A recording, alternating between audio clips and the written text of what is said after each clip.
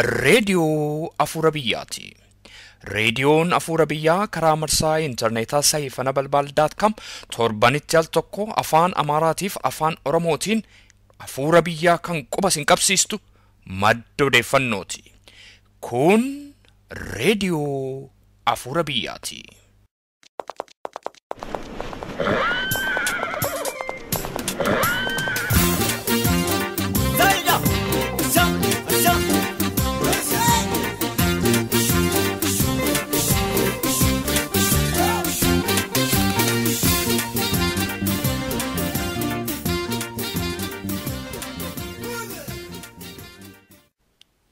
Harka fuunee attam jirtu jaallatamtootaaf kabajamtoota dhaggeeffattoota raadiyoo Afuura Biyyaa. Nagaa ho'aan onneerraatii madde bakka jirtan maratti isin qaqqabu jechuudhaan sagantaa keenya guyyaa har'aa jalqabna. Tamsaasa raadiyoof tajaajila intarneetaa eega jalqabnee as karaa garagaraa jaalala nuuf qabdan ibsuurra dabartanii karaa barbaachisaa hunda nu waliin akka dhaabbattan kan nuuf ibsaa jirtan ilmaan Oromoo mara gochaan keessan hamilee keenya tumsa hojii keenyatti immoo caalaa kan jabaannu nu godhaa galatooma. Ammallee nu qunnamuu feetan marsaan intarneetii keenya www.sayfanabalbal.com iimeeliin keenya immoo contact@sayfanabalbal.com jettanii yoo nu barreessitan dhaamsi keessan nu qaqqaba. Dhaggeeffattoota keenya sagantaa keenya har'aa keessatti mirga dhala namummaa ilmaan Oromoo irratti yakka suukanneessaa mootummaa wayyaanee raawwachaa jiru ilaalchisee maree Dr. Bayyaan Asoobaa waliin goone kutaa sadaffaaf isa xumuraa. Maqaa shororkeessummaatiin mootummaan Mallas Zeenaawii ajjechaa inni hordoftoota amantii Islaamaa irratti raawwachaa jiru ilaalchisee maree obbo Jawaar Mohammad waliin goone kutaa lammaffaa. Xaxaa siyaasa gaanfa Afrikaa ilaalchisee qorannaa baay'ee gochuudhaan dhimma gaanfa Afrikaa irratti kitaabota baay'ee kan barreessan obbo Leencoo Lataa waliin sagantaa keenya darbe keessatti maree eegallee turre. Maree obbo Leencoo waliin goone har'a xumuranna. Sagantaa afaan Oromootaan sagantaan afaan Amaariffaa jira. Muuziqaa garagaraas isiniif filleerra. Hamma dhuguma sagantaa keenyaatti akka nu waliin turtan isin affeeraa. Gara sagantaa keenyaa isa jalqabaa gara oduutti isin dabarsina.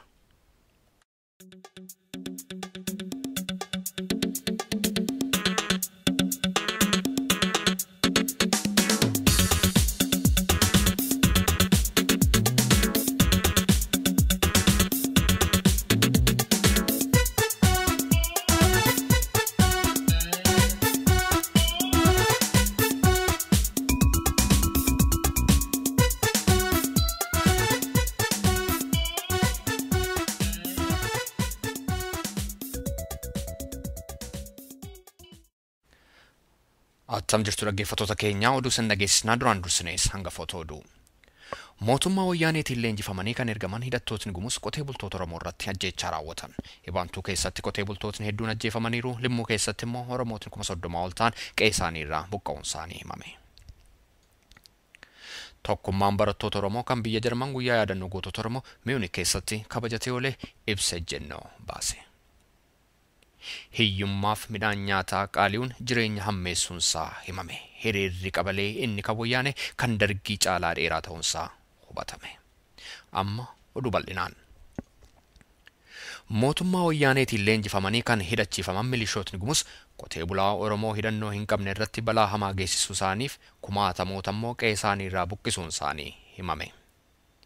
Torbanuma kana keessa Mee 7 bara 2012 Ibantuu keessatti naannoo Abbaay Coomman jedhamutti kan bobba'an hidhattootni gumus kun kan yeroof maqaan isaanii argame namoota 4 gara jabinaan ajjeesuun isaanii wayitii himamu, namoota hedduun immoo madaa'uun isaanii beekameera.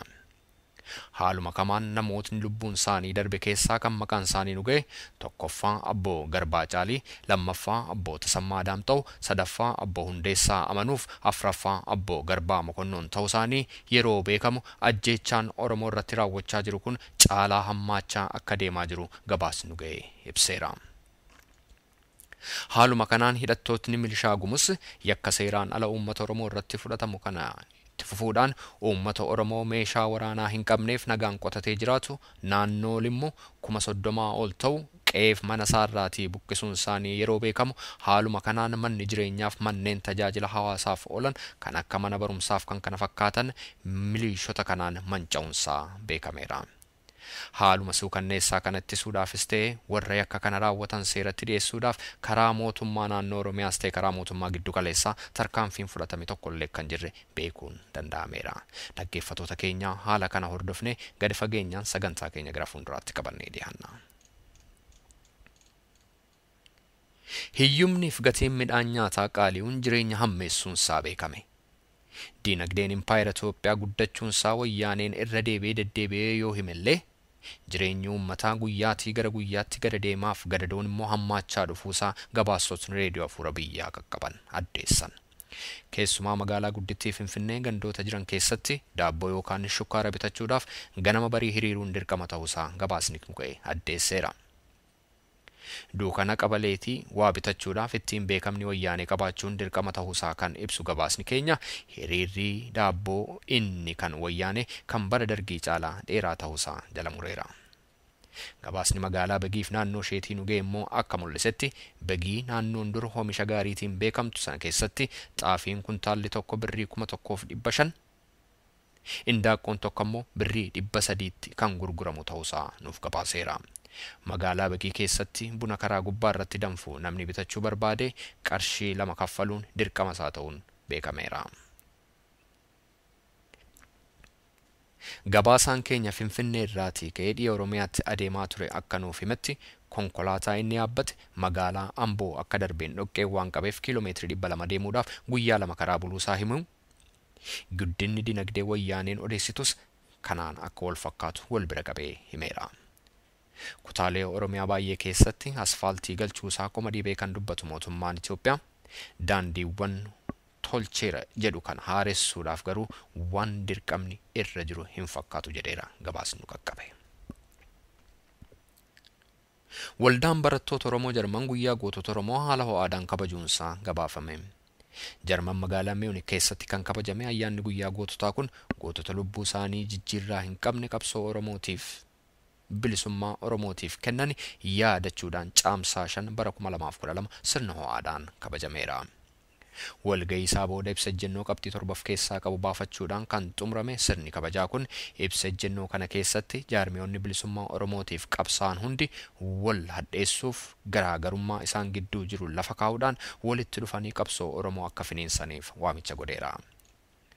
Mootummaan wayyaanee yeroo ammaa adeemsaa kan jiru gurgurtaa lafa Oromoof kan uummattoota cunqurfamoo bira jabeessee akka mormu kan mul'ise ibsa ejjennoo kun nagaadhaan saba walii wajjin jiraatu walitti buusuudhaaf lubbuu isaa dheereffachuudhaaf yaalii wayyaaneen gochaa jirus keessattuu naannoo bahaa Wallaggaatti uummata Oromoof uummata Gumuz gidduutti saba walirratti kaasuudhaan daba wayyaaneen raawwachaa jiru cimsinee dura dhaabbanna jedheera. Maqaa shororkeessummaatiin Alqaayidaadha jedhee uummata nagaan masgiida deemee rabbiin kadhatee galutti rasaasa banuudhaan yakka suukanneessaa mootummaa wayyaanee naannoo Oromiyaa keessatti raawwates cimsee balaaleffateera. Guyyaa goototaa yeroo kabajnu kana hoogganootni ABO bakka adda addaatti wal hiranii jiraniif dhugumaan qabsoo bilisummaa Oromoof kan amaan hundi rakkoo isaan gidduu jiru gad ta'anii furuudhaan akka isaan diina irratti xiyyeeffatan maqaa gootota Oromoo wareegamaniin gaafanna jedheera. Jaarmiyoonni uummataa yookaan CV groups kan akka hawaasota Oromoo jaarmiyaa hayyootaaf kan kana fakkaatan murnootaaf dhaabota siyaasaatti ofiduu dhiisanii dhimma Oromoo irratti bilisa ta'anii akka hojjetan yaadachiisa. Rakkoo qabsoo Oromoo kana keessatti qaama bilisa ta'anii dhaabbota qabsoo bilisummaa Oromoo irratti dhiibbaa barbaachisaa akka godhan ibsa ejjennoo kun waamicha godheera.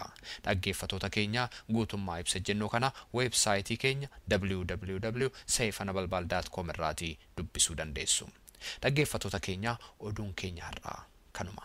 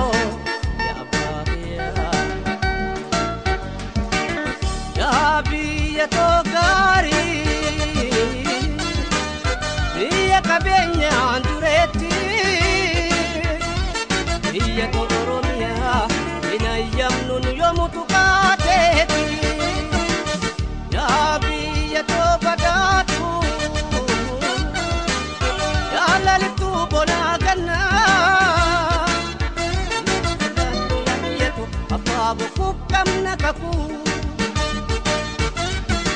Ombadu senangke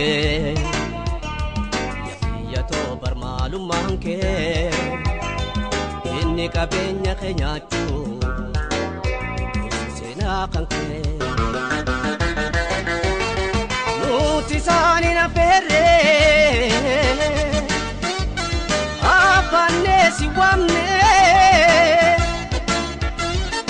Ittisiriyane Nuftir matan janne Ketogari harme Oromia Simoni diga imantoni dega Operahinna hulman kan kepite Wala tasi halchagala ajet Oromia Oromia Oromia Biyako Yababiya Olente ilmanke Ani dame garilume Eka jira kamurti dabe Garidu ati murtefame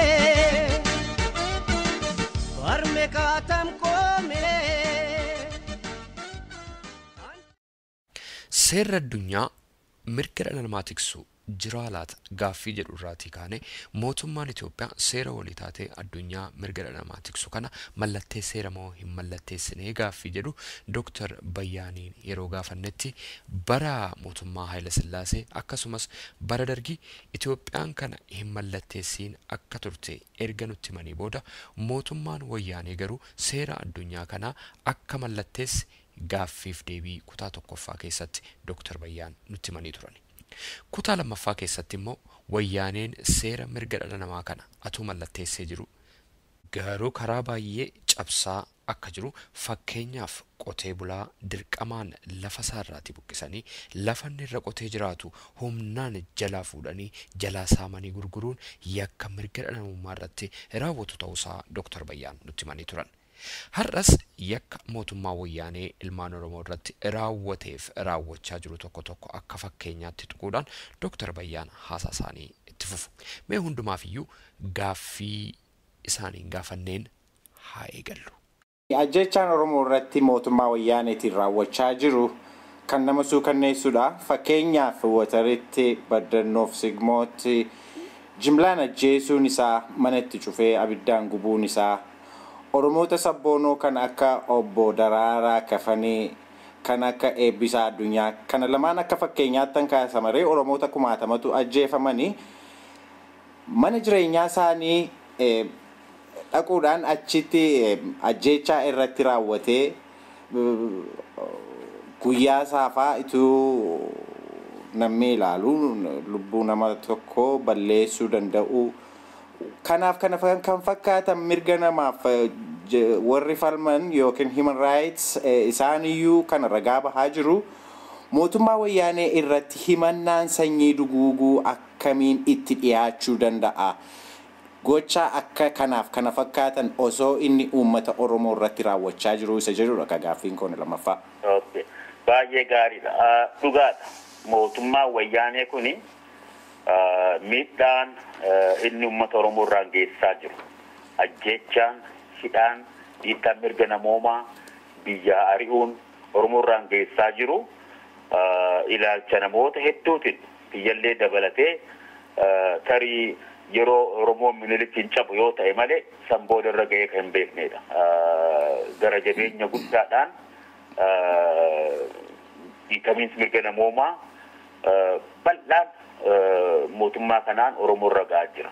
Mootummaan kun Oromoo laalchisee paranoid ta'e fakkaata. Maraatee sodaarraa kan ka'e Oromoon kun saba guddaadha. Oromoon kun yoo natti ka'e na liqimsa na balleessa jedhee waan sodaatuuf miidhaa guddaas uummata cunqursaa jiru hundarra Oromoo irraan ga'aa jira isa caalu. Kun qoratamee dokumentii United Nations illee ba'ee jira. Proportionii namni itti hidhamu, proportionii namni itti du'u, proportionii namni itti biyyarraa ari'amu yoo laalle kan hamma Oromoodhaa hidhamaa jiru hin jiru, kan hangam hamma Oromoodhaa ajjeefamaa jiru hin jiru. Waliigalatti dhiittaan mirga namoomaa Oromoo irratti irra guddaa fi bal'aadha. Gaa Oromoonni bebbeekamoon akkas jettee kuni akkas jechuudha. Karaa kanaan du'aa jiru. Haasaa darbe keessa akka dubbannetti genocide, crime against humanity kan jennu kun crime amma yakka addunyaan beekte, yakka warri kana raawwate akka mana heeraa addunyaatti international criminal court dhiyaatee gaafatamu goosisa. Gaa akkaataa itti deengada dubbannetti mootummaa wayyaaneedha heeraa amma Rome Statute jennuun kana international criminal court mana heeraa yakka isa addunyaa jaare kana hin mallatteessine. Gaa filmaanni qabnu akka wayyaaneen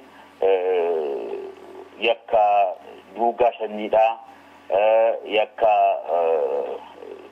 mirga namoomaa dhiituudhaaf crime against humanity raawwatu kanaan itti gaafatama gochuudhaaf hojii guddaa hojjetu nurra jira. Hojiin hojjennu maali? Dhiitamiinsi mirgoota namoomaa Oromoo irra gahu kana sirritti qorannee walitti sassaabnee rekoordi goonee gara United Nations Security Council galchuu qabna. Gaa amma dandeetti lubbooliin jiru kan itti Mallasaa Zeenaawii fa'aa warra mirgoota namoomaa dhiitaa jiru warra probably genocide illee hojjetaa jiru. Actually mootummaan Itoophiyaadhaa dhaabbata genocide watch jedhamuun akka genocide ummata Gaambeellaa irratti raawwate already reporting galee jira. Nullee ka godhuu qabnu gaa gaagamiinsa ummata Oromoo irra jiru kana walitti qabuu qabna. Har'as ta'ee borus ta'ee turus hooggantoonni wayyaanee yakka akkanaa ummata Oromoo irratti raawwatan akka heera itti gaafataman gochuudhaaf evidensii kana walitti qabachuu qabna. Kana amma goonu kana tokkan akkasumallee karaan biraa ka itti heera isaan dhiyeessinu natti mul'atu. Karaan biraas kan akka ajjeesuu duwwaa miti uumama dachii Oromoodha. Yaa isatti itti dhufna dheeni. Kun wal qabata. Yaa haa ta'u kan. Kana haa goonuun jedhaamsi aan dhaggeeffatoota keenyaaf hayyoota keenyaaf warra biyya jiraniifis hundaaf kan dhaggeeffatu dabarsu gochaan dhiittaa mirga namoomaa Oromoo irra ga'aa jiru kun yeroo itti ta'e eenyu akka godhe eenyu akka ajaje akka gaariitti akka ragaa evidence himannaa heeraa ta'ee gargaarutti walitti sassaabame akka qabamu akka kana qabaannuudha. Kanarraa kan hafe haa qabsoofnu mana heeraatti jara kana dhiyeessineeti yakka nurratti raawwatamu dhaabnaanii filmaata duraa ta'uun qabu. Oromoon roorroo kana ofirraa dhaabuudhaaf roorroon kun ajjeechaan kun ilmaanitti akka hin dabarre gochuudhaaf filmaanni duraa qabnu mirga keenyaaf dhaabbachuudha. Kan jirru wareegamnee isa dhufuuf bilisummaa dhaalchisuudhaaf haa qabsoofnu. Ergaan keenya kan duraa isa obbo Israa'el. Gaarii ragaati. Akkuma beekamu inni ittaanus gaaffiin kun ittaanus sanarraati wanta adda ta'e miti garuu mootummaa wayyaanii akka mootummaatti nagaaf tasgabbii biyyattii buusuun eeguun osoo dirqama isaa ta'ee jiru dirqama mootummaa tokko qabu dagatee dirqama mootummaa akka mootummaatti dirqama isaa dagatee ofuma isaafiyyuu uummatoota ollaa Oromiyaa jiraatan Oromoo walitti diree akka uummatoota gidduutti diinummaa fi ija shakkii wal ilaaluun mul'atu godheera. Lammaffaa amantoota gidduutti amantii adda addaa gidduutti gara wal dhibdee uume akka dhiigi dhangala'u godheera. Kanoo akkamitti ilaalaa isa jedhudha gaaffiin kun itti haa. Kunis itti fufaa waan amma dubbanneeti obbo Israa'el. Laal mootummaan kun tooftaan ittiin deemu tota duraa mootummaa wayyaaneedhaa hojiinis ta'ee akka isaan laalanittis akka mootummaa ummata bitaa jiran kanaaf dirqama qabutti uflaalnatti hin fakkaatu. Mootummaan ummataaf dirqama qaba jedhamu mootummaa ummataan filame filmaata haqaa filmaata demokraatawaa ta'een filame itti gaafatama aangoorra dhufe yeroo immoo ummanni mirga sana isa dhoowwu filmaataan isa buuse bu'u jechuudha. Accountable to the people ka ta'e mootummaa olaantummaa ummataa fudhate jechuudha. Mootummaa wayyaanee olaantummaa ummataa hin fudhanne akkanaan hubadhutti dhugaanis ka ta'e kan akka fakkaatutti mootummaan kun mootummaa alagaa ta'uu ka of beeku jechuudha. Mootummoota kanaan dura agarree irraa adda kun mootummoota Habashaa jechuudha akka mootummaa Dargii mootummaa Haile Sillaasee fa'aa wajjin wal bira qabdee yoo ilaalte kun mootummaa alagaa saamiinsaaf dhufetti uf laala. Fakkiin kanaa maali? Warri dursun warri mootummaa Dargiidhaa warri mootummaa Haile Sillaaseedhaa suni mootummaa Habashaati kana mootummaa Amaaraatti ijaarame biyyi sun hundi kasaanitti ilaalu. Yoo hamma ta'e hamma saaminee nurraa ka jedhaniin biyya guddifne jedhanis bakkuma hundatti hamma ta'e karaas ijaaruu mana barumsaas ijaaruu waan akkasii fakkaata.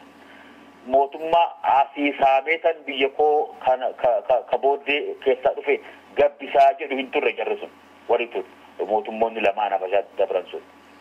Ka ammaa kun ammoo mootummaa alagaa ta'uu ka of beeku booddee qabus ka of beeku tarii booddee sanis booda mootummaa isaanii gochuudhaaf warra yaadu as Oromiyaarraa biyya Amaaraarraa biyya Kibbarraa saamaniit biyya isaaniitti warra galchu jechuudha.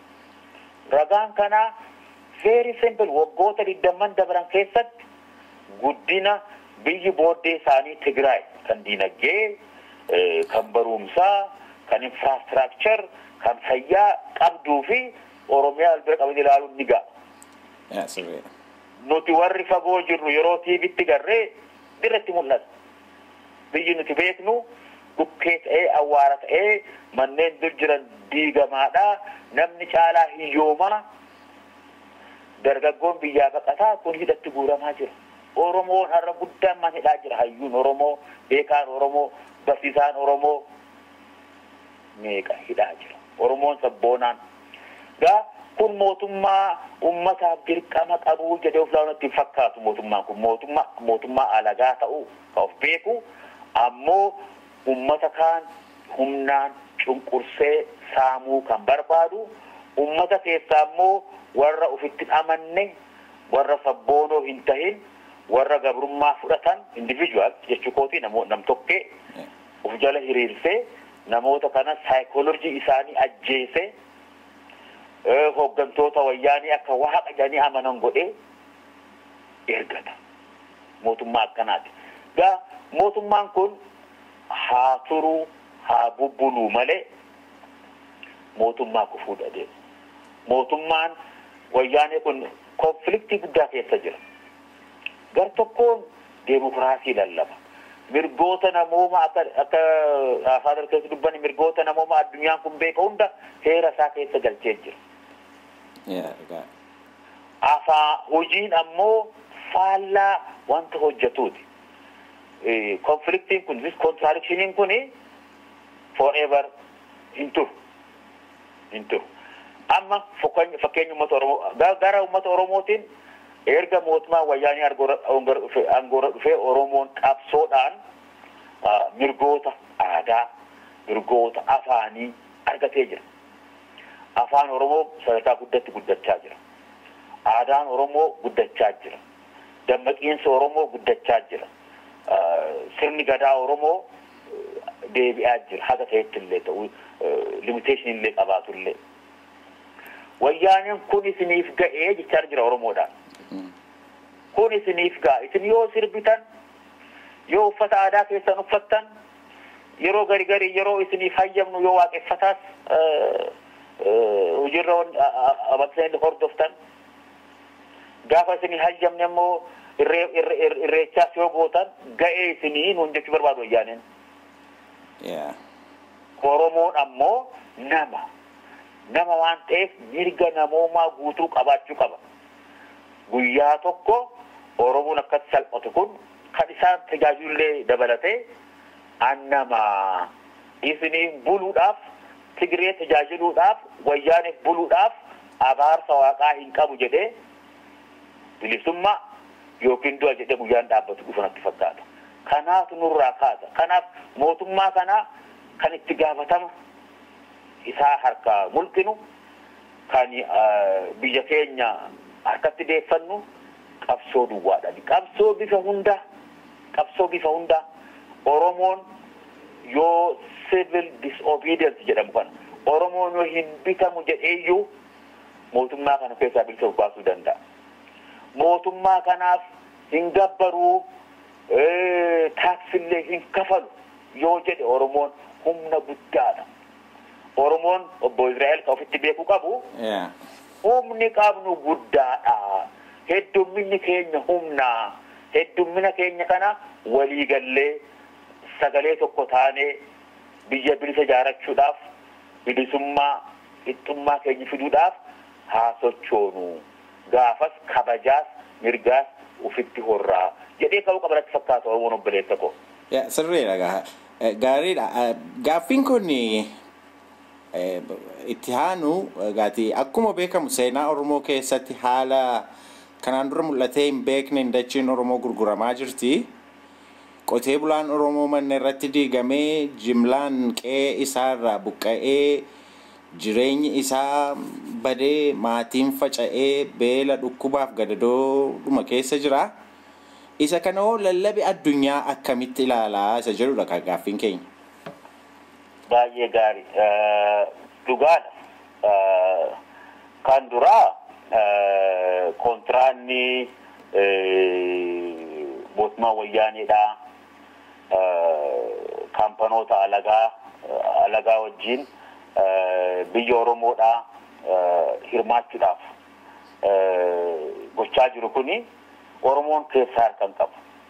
Oromoon jaalatee dantaas irraa argatee alagoota wajjin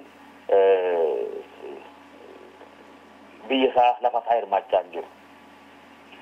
Kan nama dinqu Wayyaaneen akkuma tuu jette horii xinnaadhaaf liizii bara dheeraa lafa biyyaa alagaaf kennaa jira.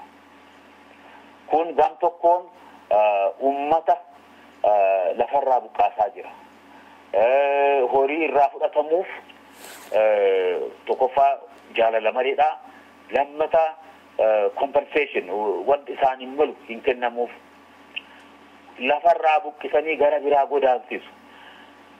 Heerri yoo dheengadda dubbanne ka international criminal court jaare tokko crimes against humanity yakka ummata irratti namooma irratti hojjetamu kan jedhu keessaa tokko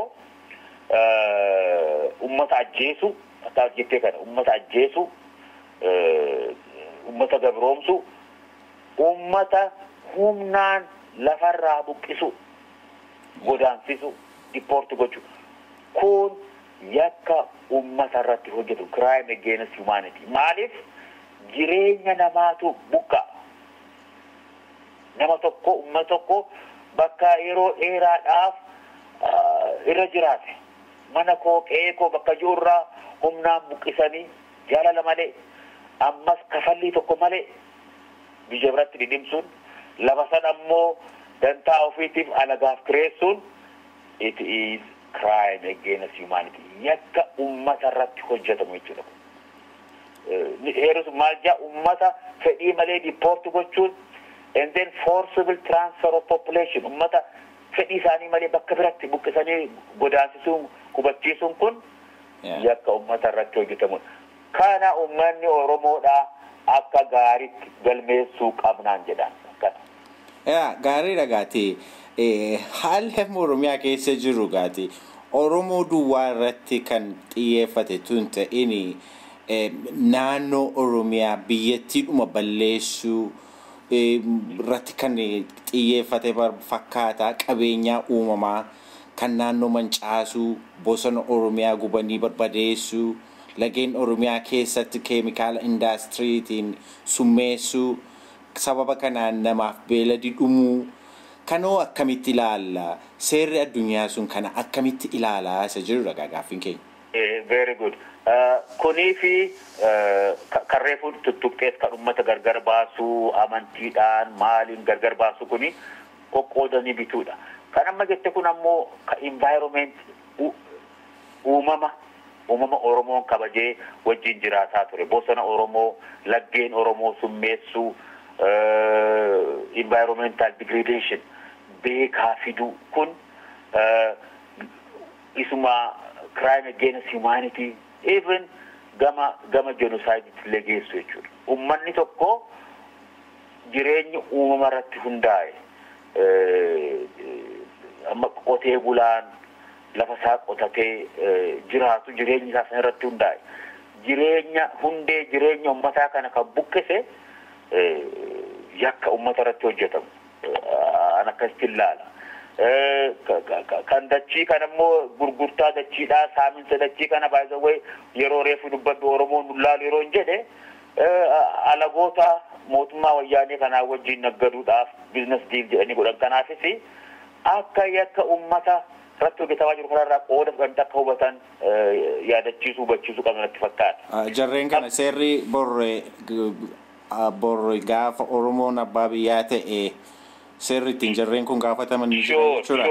Tokkoffaa gaafa Oromoon abbaa biyyaa ta'e yeroo ta'etti qabeenyi seeraa ala mirga uummataa dhiituudhaan argame kuni qabeenya akka malee argame qabeenya isaanii hin ta'u. Qabeenya dhaalchisuunis danda'amu miti baay'ee. Maaliif akka heeraa ala argame. Heeraa ala mirga namoomaa diiguudhaan argame kun akkas gaafasitti gaafatamuu ni danda'ama jennee haa hojjennu. Wanni hundi maal irratti dhaabbataa itti gaafatama seeraa yoo jenne evidensii ragaa akka gaariitti qabaachuudhaan ta'a. Yoo ragaa qabaanne nus dadhabnu ilmaan keenyalleen mirga namoota keenyaa akka kanaan dhiitame kana heeraan warra kana hojjetee raawwatee gaafachuudhaaf aanjaa qaban jechuudha. Kana irra qabsaa'uu qabnaa ragaas evidensii walitti qabachuu kuusachuu qabna jechuudha.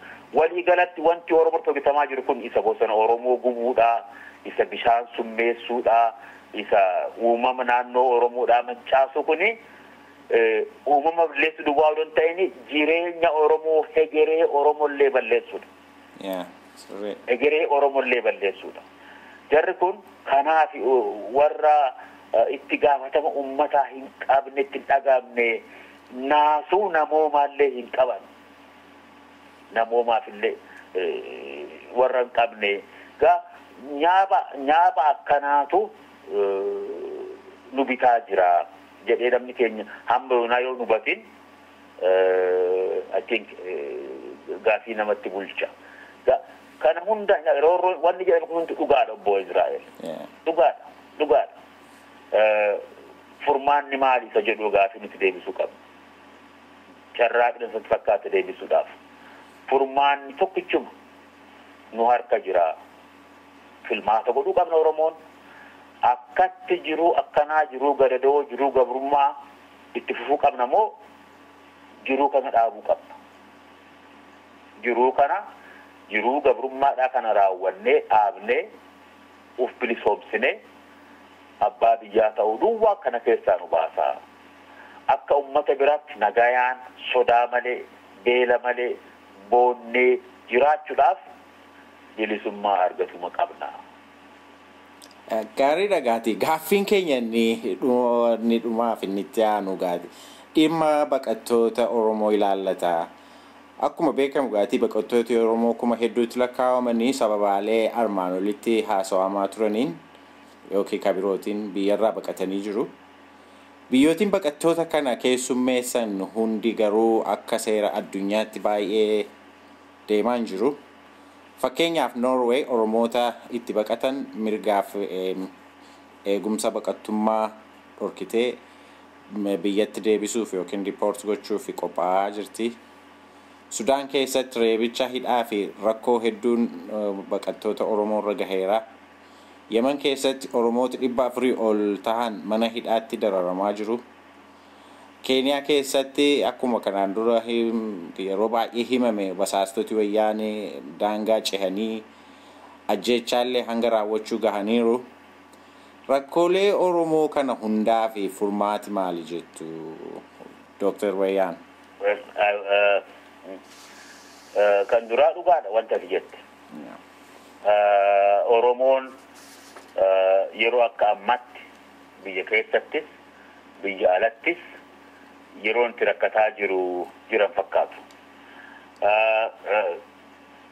Kan uummata biyya keessaa akkuma jirutti ta'ee baqattoonni Oromoodhaa immoo baqatanii tarii heera addunyaa kanaatu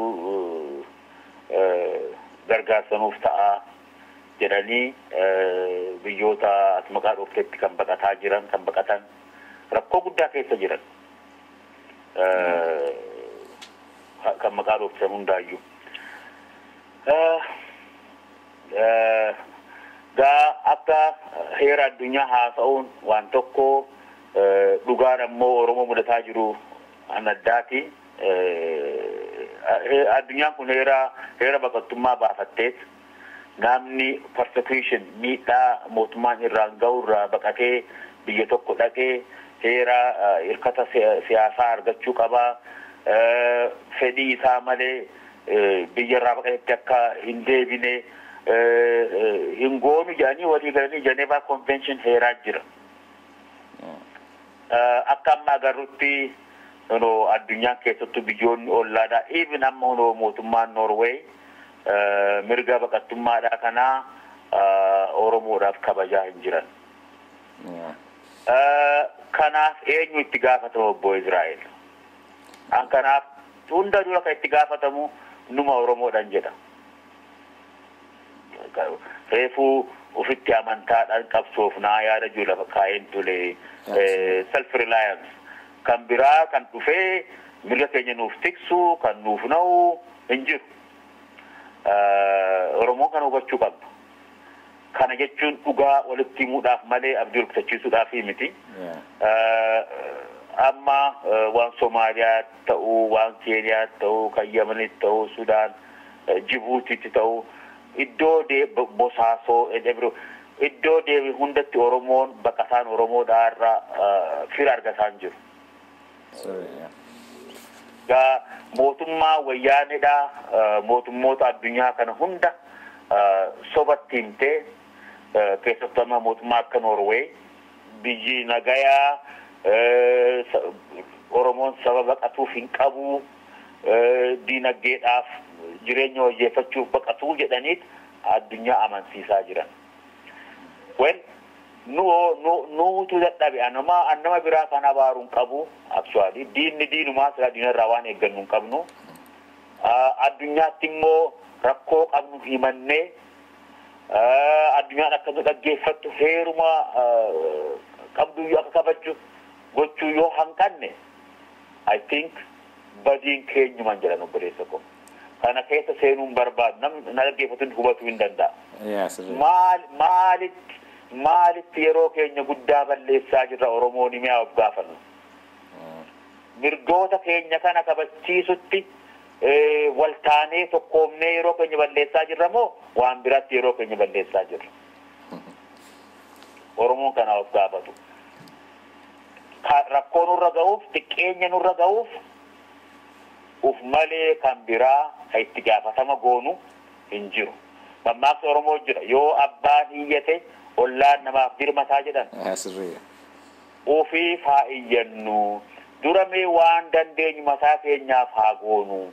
Rakkoon baqattummaa kun rakkoon biyya keessatti Oromoo irra ga'aa jiru kun rakkoon lafti keenya, uumamni keenya, lagni keenya, gaarran keenya, laggeen keenya badaa jiran kun hegereen dhaloota Oromoodhaa rakkoo guddaatti deemaa jiru kun nutti haa mul'atu. I say Oromoo, let us wake up. Keessattuu Oromoo biyyoota alaa jirru, Awurooppaa jirru, Ameerikaa jirru, Awustreeliyaa jirru, uf haa gaafannu. Nuti dirqama lammummaa qabnaa, dirqama namoomaa qabnaa, moral obligation qabna. Saba keenyaaf dubbachuudhaaf. Kanuma jechuu barbaada asirratti obboleessa koo. All this is to wanti jettu hundi dhugaadha. Namni hundi kan dhaggeeffatu hundi kanarratti yoo haasa'e jedha. Kanarra darbee wanta biraa poolitikaa biraa haasa'uu irraa of qusachuun barbaada obboleessa koo. Gaarii dhagaati Dr. Bayyaan amma gaaffii keenya xumuranneerra yoo dhaamsa dhaggeeffattoota keenyaaf dabarfachuu barbaadan dhaamsi hin darbin dhaamsi hafe jira jettanii yoo qabaattanii fi kan duraa akkuma dhaggeeffattoonni tarii ana yeroo si wajji haasa'u yeroo gaafii ulfaataa kana kaaftu obbo Israa'el gaddaatiin haasa'e. Baay'ee gaddaatiin haasa'e. Maaliifii haalli keessa jiru gaddisiisaa waan ta'eef. Haalli Oromoon keessa jiru alattis keessattis haalli Oromoon keessa jiru gaddisiisaadha. Haala gaddisiisaa kana immoo tarii Oromoon qixa hubannaa kan jedhu sammuu keessa na jira. Tarii rakkoo guddaa kana agarraa moo waan xixiqqoo irratti yeroo balleessaa jirraa kajuun mataa keessa na jira. Gama kaaniin ammoo dhugumatti mataa Oromoo kan Oromoon kun sammuu ofiitiin yaada moo sammuu Oromollee namaatu micciiree kontrol godhaa jiraa kajuus gaafii namatti bulcha. Who is controlling really our mind? And jedhus gaafii namatti bulcha. Ani dhaamsin dabarsuu barbaadu waa'ee mirga namoomaa haasofne, waa'ee mirga namoomaa Oromoon dhabee fi qabu haasofne, hawwiin koo jireenya keenyatti keessatti Oromoon mirga abbaa biyyummaa isaa deeffatee akka agarruudha. Oromoon mirga abbaa biyyaa isaa deeffachuudhaaf akka amma jiru kanarra caalaa qophaa'uu qabna. Mirga abbaa biyyaa biyyummaa deeffachuun bilisummaa guutuu ta'uu qaba. Kanan jabeessee dubbachuu barbaada. Bilisummaa jechuun olaantummaa ummataa, olaantummaa Oromoo bal'aa deebisu jechuu akka ta'e hubachuu qabna. Bilisummaa jechuun sirna heeraan bulmaataa kan qabu jechuu ta'uu hubachuu qabna. Bilisummaa jechuun sirna deemokiraasiillee ijaarachuu ta'uu hubachuu qabna. Deemokiraasii jechuun pluralizim, yaada adda addaa kan wal danda'e, ka qixxummaa walii kabaju qabaachuu jechuu barbaada. Kirani aadaan olaantummaa abbaa irrummaa yoo kan geessee bilisummaadhaa miti sun. Hiree murteeffannaan bilisummaan deemokiraasiin qabne. Mirgoota namoomaa nam-tokkee Oromoodhaa hin kabajne. Kan heeraan bulmaata irratti dhaabbanne bilisummaa guutullee miti hin dhaabbattulleedha. Mootummoonni bilisummaa deemokiraasiin qabne jedhanii lallaban. Mootummoonni heeraan bulmaata irratti hin dhaabbatin. Mootummoonni olaantummaa ummataa hin fudhatin. Mootummoonni empowerment of the people hin qabaatin hin jigan. Failed state ta'an fagoon dhaqina look at Somalia. Kanaaf kanarraa saabarru waan akkanaatii mitiif kan deemne yoo deemne bilisummaa guutuuf bilisummaa dhugaatiif deemna. Fedhii ummata Oromoo bal'aadhaa yeroo itti bakka itti kabajamuuf deemna. Kan jedhullee mataa keessaa of bulchinu marii akkanaa kana waan nu qopheesseef obboleessa koo galata guddaa qabdan ja'a. Hojii boonsaa jalqabde obbo Israa'el naggan kee milkii guddaan isiniif hawwaa anillee gama kootiin jibbaan keessan akka milkaa'u gama dandee hundaan isinin gargaara galatooma. Dr. Bayyaan Soobaa maqaa dhaggeeffattoota raadiyoo Afuura Biyyaatiin hedduu galatoomaan jedha.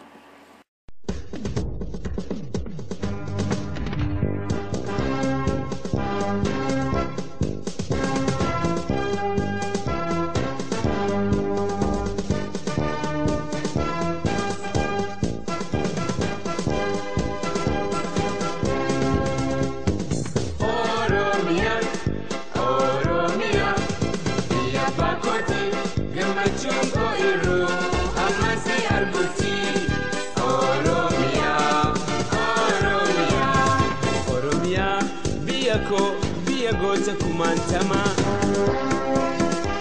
ol ka'uus galchisuus abjuun kiyya sumaa abdiin koo hawwiin koo suma galmi kiyya si obsuu na dhibee biyya Oromiyaa.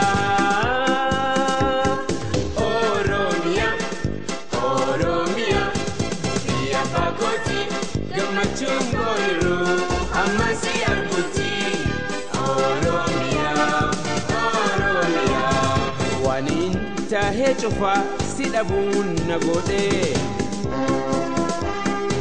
biya dage namuma ko dabe ambangal lalame dabe hakakiya boboyan jirata pagoti si hawa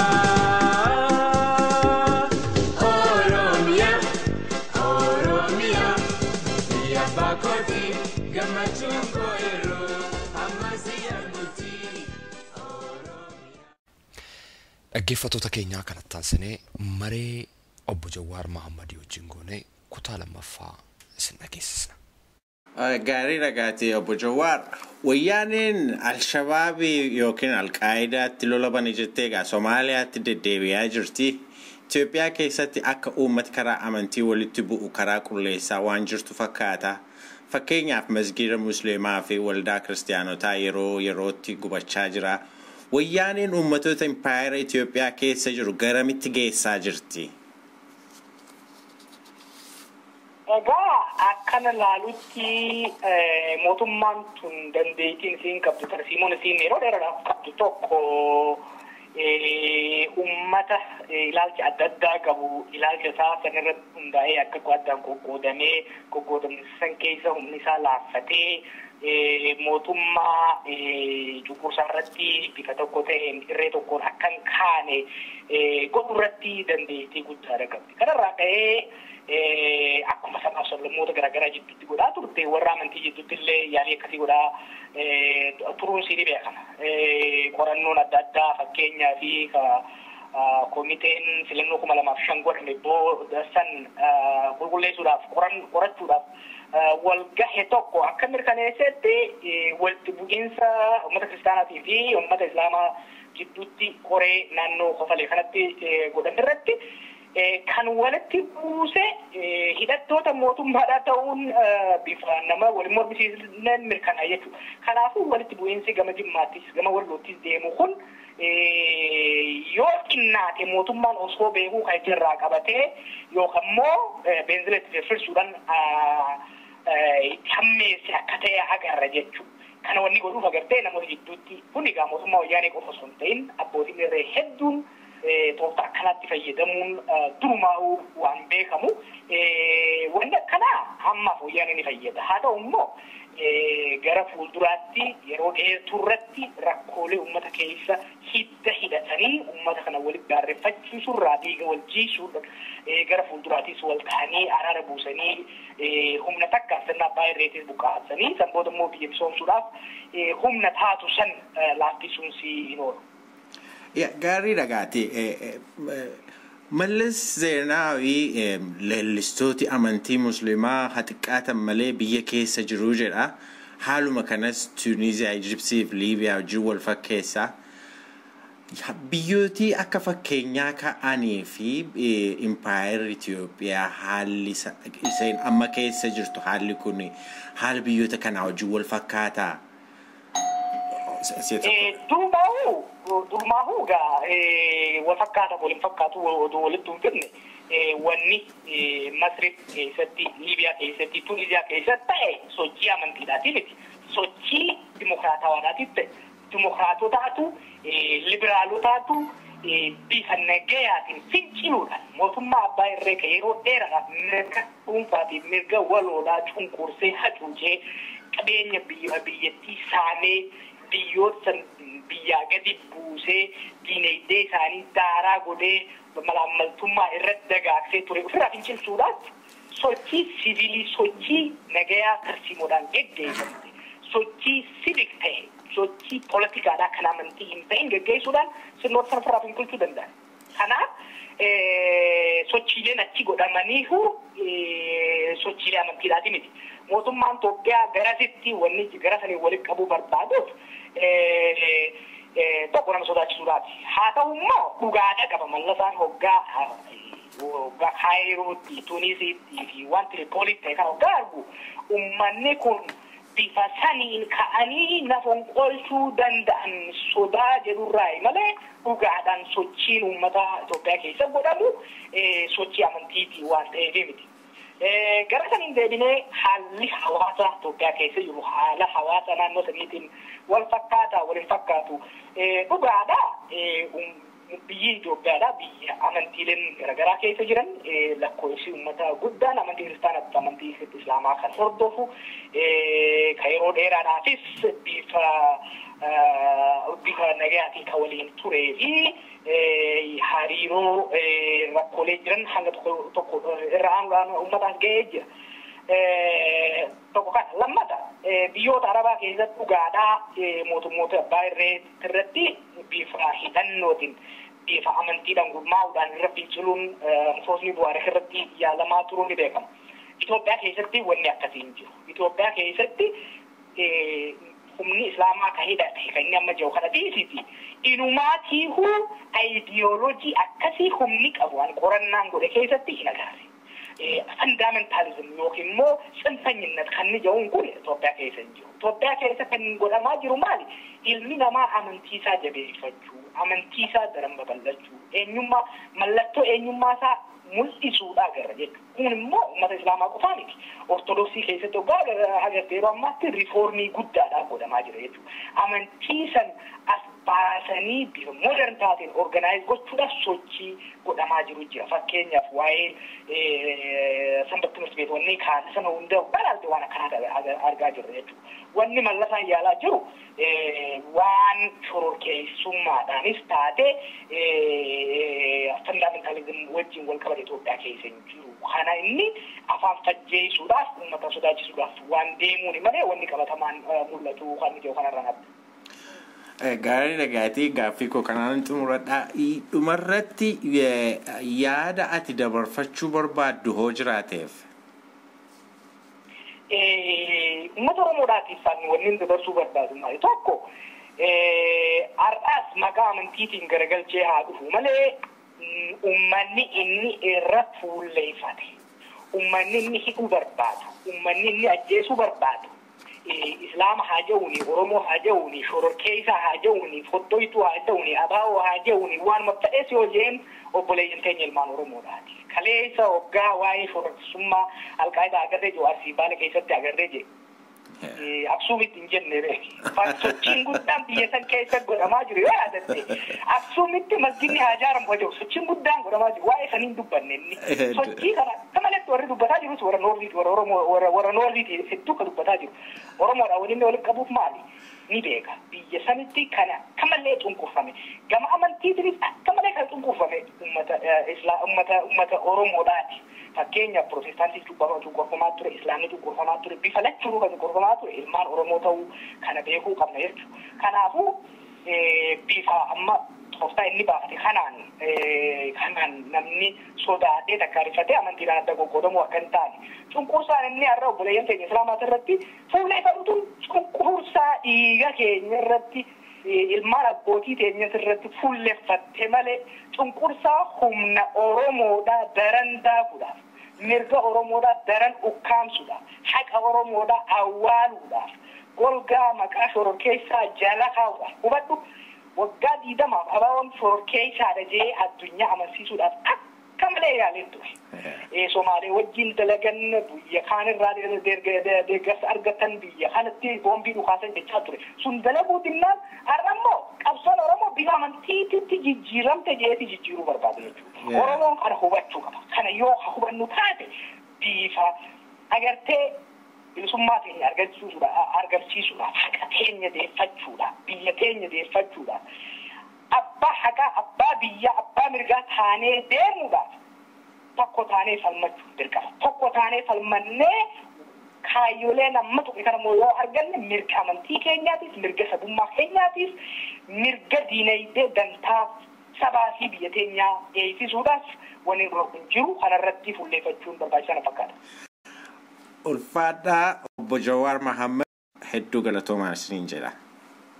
Tole anilleen ulfaadhaan isin jaalladhe.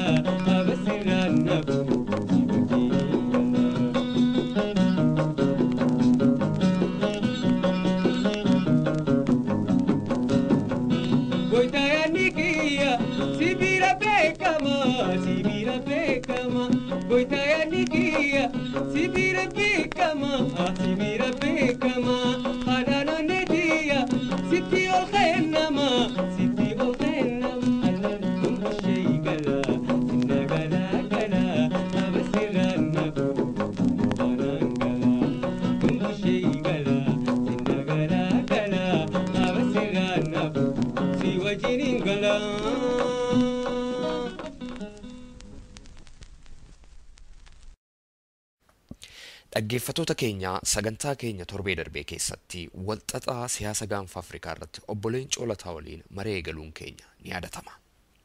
Obbo Leencoo Lataa dhaloota adda bilisummaa Oromoo hundeessan keessaa isa tokko si'a ta'an yeroo dheeraadhaaf hoogganummaadhaan gaggeessaniiru. Dhimma gaanfa Afrikaa irratti immoo qorannoo gadi fagoo gaggeessuudhaan kitaabota baay'ee barreessaniiru. Yeroo ammaa Faafoo jedhamuudhaan kan beekamu dhaabbata qorannoo biyya Noorwee keessatti qorataa siyaasa gaanfa Afrikaa ta'uudhaan hojjetu.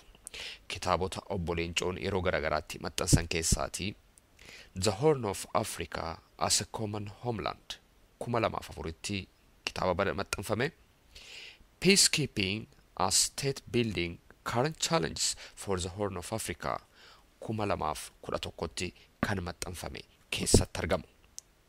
Akkaataa haaraatti biyyoota naannoo sanaa hunda yoo caasessan malee rakkinni gaanfa Afrikaa fala gaalchaa akka hin arganne akka isaan nutti himaniin ture maree obbo Leencoo Lataa waliin goone kan nuti har'aaf bulchanne. Dhaggeeffattoota keenya xaxaa siyaasa gaanfa Afrikaa maree obbo Leencoo Lataa waliin goone kutaa lammaffaan kunooti. Gaarii dhagaatee Leencoo mootummichi Harawaan Jubbaa lafa qarqara galaanaa Laamuu Keeniyaa keessatti bakka buufata doonii ijaaruuf hujummoo boba'aa achumatti gara sanatti diriirsuuf Keeniyaa fi Itoophiyaa walii mallatteesseera. Hidhati haarawaan dinagdee kun Afrikaa keessatti haala akkamii uumaa isa jirudha gaaffiin koon itti aanu kun immoo uummata Oromoof bu'aa maalii qabaa isa jedhudha. Ani wanti akka karaa jaaruu infrastructure garagaraa kan Afrikaa keessatti biyyoota Afrikaa kan walitti hidhus ijaaramuun hundumaafuu bu'aa akka jedhuun qaba. Waatu socho'aa dinagdeetu wayyaawaa deema. Garuu hangaaffiin an qabu eessaa dhufa dinagdeen ittiin wanti kun ijaaramu. Ofumaa haasa'u malee dandeettii isaatti qabu natti hin fakkaatu. Ofiifuu waanuma jalqabanuu bakkaan gahuu dadhabanii barsiisotaafuu mindaa kaffaluu dadhabanii hiyyoomni guyyaarraa guyyaatti babal'achaa biyyoota deeman keessatti maallaqittiin kun hojjetamu eessaa dhufa. Ofuma abjuudhuma waan haasa'an natti fakkaate ana. Yoo ijaarame garuu waan gaarii natti fakkaata. Haa ta'u gaati. Sudaanii fi Itoophiyaa keessatti haala wal fakkaatuun haala raawwachaa jirtu jira. Maanni Kaartum keessatti waldoota kiristaanotaa hin gubataniiru. Itoophiyaa keessattis akkasuma masgidi musliimaa fi waldaan kiristaanotaa guggubachaa jiru. Mootummaan Kaartumii fi mootummaan Itoophiyaa uummata gaanfa Afrikaa kana gara kamitti fudhatanii adeemaa jiru? Mootummaan lachuu Kaartum jiruu fi Shaggar jirus waan wal fakkaatu ni qaban. Sunis mootummaa sababii cuurraa tolfame. Uummata Sudaanii hunda keessaa murna xiqqoo tokko eega gaafa Sudaanii walaba taatee aangoo dhuunfatee guyyaa har'aa gahe. Uummatoota kaan alageessee ofii qofa aangoomee biyya isaa keessatti mirga ambummaa uummata dhorkatee kana ka dhibdeen Sudaanii maddisaa mirga ambummaa mirga citizenship dhabuudha. Itoophiyaa keessattis murna bicuu tokkotu waggaa 20 oliif uummatoota hafan hundatti roorrisaa bulchaa jira. Humnoonni akkasii yeroo hundumaa yoo boora'insi nagaa jiraate yoo uummati wal booresse yoo uummati wal dhabe yoo uummati wal komate yoo akkasana ta'e qofa aangoorra surra ka jedhu waan yaadaniif yookaan beekaa yookaan osoo hin beenne uummatootaaf uummata gidduu amantiif amantii gidduu wallabbiin akka afarfamu barbaadan. Kanaafi kabraa itti dabalee keessattuu ka Itoophiyaa yoo fudhannee naannoo kanatti goolessitoota dura kasii dhaabbatu ana jedhee warra dhiha Awurooppaatiif Ameerikaanii waan hubachiise. Kanaan immoo waan nagaduuf keessattuu waan muslimootaa ho'isee kaasuun isaaf politikaa isaatiin waan faayidaa qabutti fakkaata. Naanna'ee ofuma isaatii waan kakaasuun nagaa amantii kiristaanaa keessa jiru amantoota kiristaanaa walirratti amantoota islaamaa walirratti isaan lamaan immoo walitti kana kakaasu hojii godhatee ittiin deema. Walumaa gala eessattiin deemu bulbula caalaa diigamuu caalaa dhangala'iinsa dhiigaa caalaatti deemsisuu ka jedhu sodaa qaban. Yaa gaariidha gaati Boleencoo. Akkanatti aansuudhaan gaaffiin keenya inni dhumaa kan ta'u wayyaaneen leellistoota rukute jechuudhaan Somaaliyaa keessatti bobba'aa jirti. Ammallee Somaaliyaa keessaati waraana qabdi. Wayyaaneen haala Somaaliyaa keessa jiru hammeessaa jirti moo mootummaa Maqdishoo ijaaruuf gargaaraa jirti? Mootummaan wayyaanee daangaa isaa daangaa nagaa security perimeter isaa ofirraa fageessuu qaba. Kanaaf karaa Sudaanii mootummaa Sudaanii lachuu wajjin waan barbaade guutee fi akka isaan warra isa mormu hin keessummeessine godha. ka Somaliland wajjin hariiroo bareedaa tolfatee akka namni mootummaa wayyaanee mormu keessa darbee seeloluu dhiise keessa illee hin jiraanne taasisee jira. Ka hafe Somaaliyaa gara kibbaatti. Isa kana kan inni deddeebi'ee seenuufi karaa sana warri Ogaadeen warri Oromoo seenanii na lolu sodaa sanarraa. Kanaaf yoomuu mootummaa inni hin ajajne mootummaa inni irratti aangoo hin qabne Mogadishootti akka dhalatu hin barbaadu. Iddeen isaa ofii isaatiif hundeen inni irra taa'u laafaa waan ta'eef halaalatti dafee ofirraa dhawee balbala hundaa'u cufee daangaa security isaa karaa bahaa garba Hindii godhee karaa dhihaa hamma Daarfuritti achi butee nagaadhaan barabaraan Itoophiyaa bulchuu barbaada.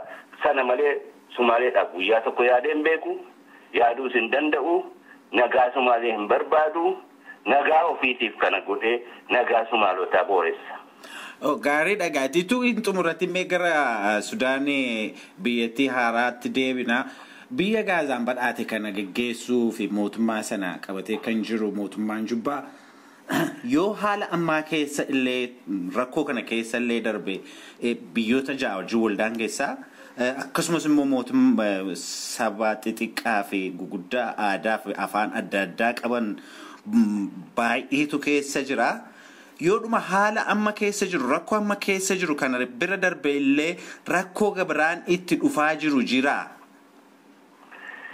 Warri kibba Sudaan har'a biyya of danda'e ta'an kuni waan isaan wal taasisu waan tokko qofa ture. Waan tokko qofa jira. Sunis mootummaa Arabaa Kartuum sana jibbuudha. Kan kanarraa hafee waan isaan wal taasisu tokko illee hin qaban. Waldhabbii gurguddaatu gidduu isaanii ture har'as gidduu isaanii jira. Yeroo waldhabbii amma mootummaa Sudaanii wajjin qabu yoo sun illee furame isaan keessatti rakkinni dhalatu guddaadha ta'a. Gosa gosaan adda bahanii duruu wal ammumaa wal lolaa jiran caalaa hammaata.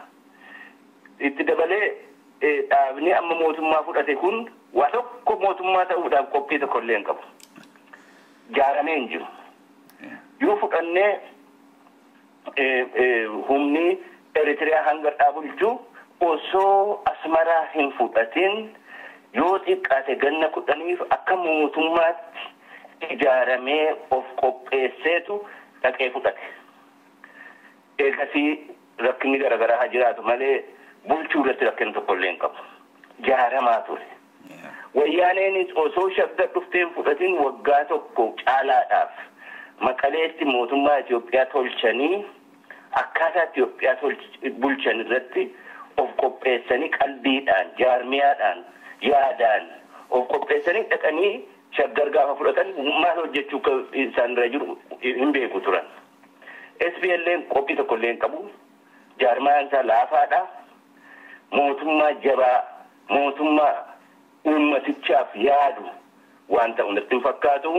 Isa dabalee zayitni jiraachuun, petroolli jiraachuun dhibdeedha malee waan irraa gammadanii miti. Maallaqa sanarraa argamu irratti wal loluuf teessi warri biyya bulchitu. Isa saamuu irratti wal loluuf teessi. Dhibdee guddaan na mul'atan. Gaarii dhagaa. Obbo Leencoo Lataa gaaffilee keenya hundaaf deebii quubsaa nu kennu keessaniif maqaa dhaggeeffattoota raadiyoo Hafuura Guyyaan hedduu galatoomaa isiniin jedha. Atis galatooma.